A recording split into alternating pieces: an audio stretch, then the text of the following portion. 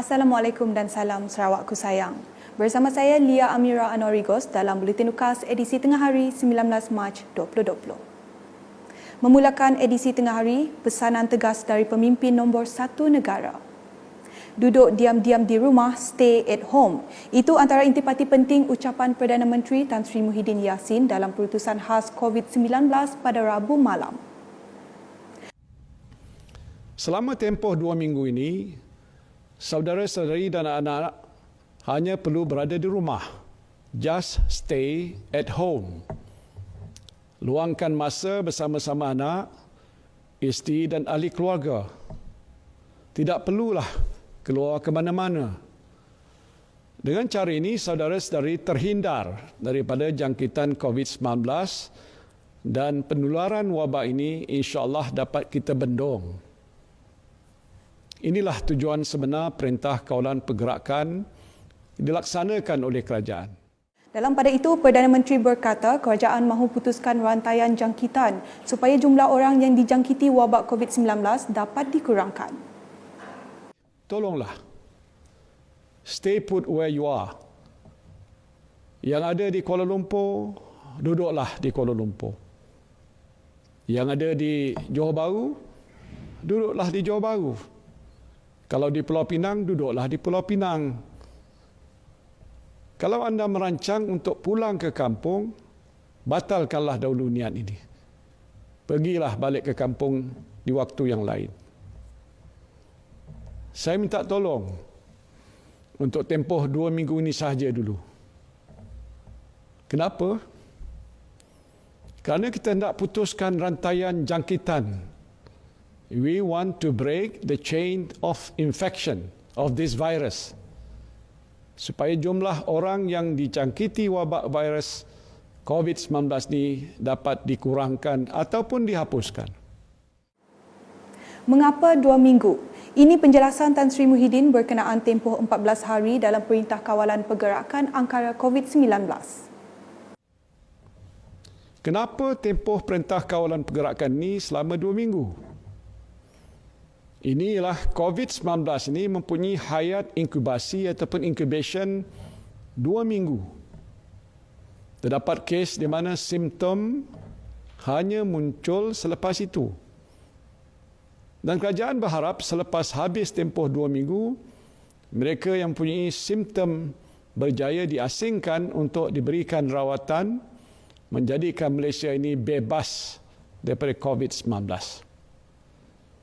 Jika dalam tempoh ini kita belum berjaya sepenuhnya, maka kerajaan mungkin terpaksa melanjutkan tempoh perintah kawal ini. Mungkin untuk 2 minggu lagi ataupun lebih panjang daripada itu. Tan Sri Muhyiddin menambah selama tempoh Perintah Kawalan Pergerakan selama 14 hari, elakkan berkumpul dengan rakan-rakan. Jangan pula menggunakan peluang 2 minggu ini untuk lepak di kedai mamak. Memang saya pun suka macam itu. Tapi tak boleh waktu sekarang ni. Janganlah saudara-saudari lakukan hal itu. Dan kalau itu kita lakukan, pastinya ia akan lagi meningkatkan risiko jangkitan virus ini kepada anda semua. Elakkan jugalah melepak dengan kawan-kawan di restoran, di kopitiam, di pusat hiburan ataupun di mana-mana tempat yang boleh mendedahkan saudara-saudari kepada jangkitan wabak ini.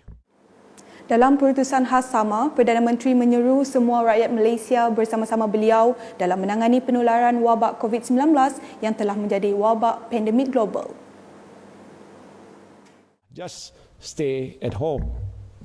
Nampak mudah dan remeh. Tapi sebenarnya inilah perkara penting yang saudara-saudari mesti lakukan untuk bersama-sama dengan saya membendung penularan wabak COVID-19 yang ada di negara kita ini. Sebagai Perdana Menteri, saya ada tanggungjawab besar untuk menangani krisis yang sedang melanda negara kita. Tetapi saya tidak mungkin dapat melaksanakan tugas ini bersendirian. Saya memerlukan sokongan anda semua.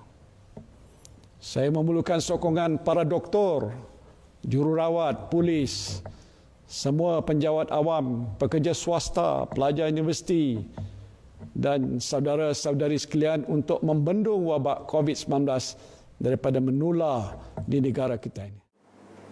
Berita seterusnya mengenai persidangan DUN Sarawak ke-18.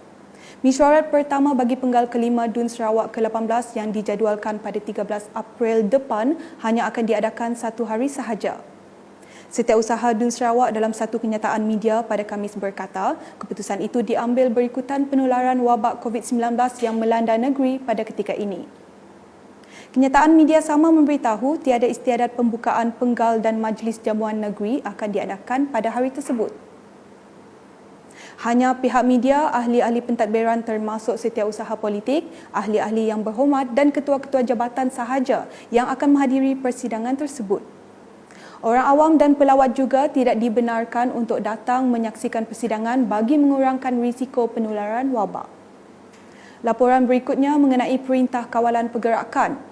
Dalam satu kenyataan yang dikeluarkan oleh Kementerian Kerajaan Tempatan dan Perumahan Sarawak pada 18 Mac 2020, semua gerai menjual makanan dan minuman termasuk kopitiam, kedai minum dan kedai makan diarah untuk ditutup mulai jam 8 malam setiap hari sehingga ke satu masa yang akan dimaklumkan kemudian.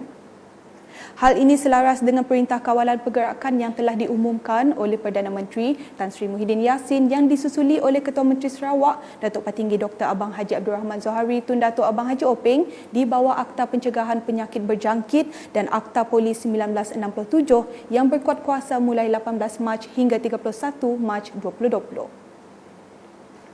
Masih lagi dengan laporan Perintah Kawalan.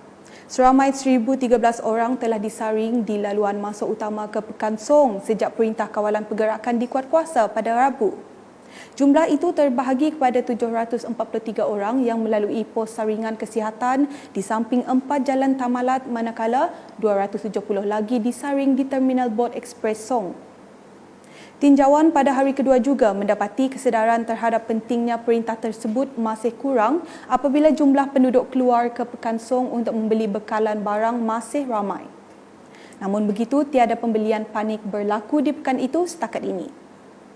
Sebelum mengakhiri Buletin UKAS, Kementerian Kesihatan Malaysia merayu agar rakyat mengambil serius tentang Perintah Kawalan Pergerakan yang dikuatkuasakan bermula 18 Mac sehingga 31 Mac 2020.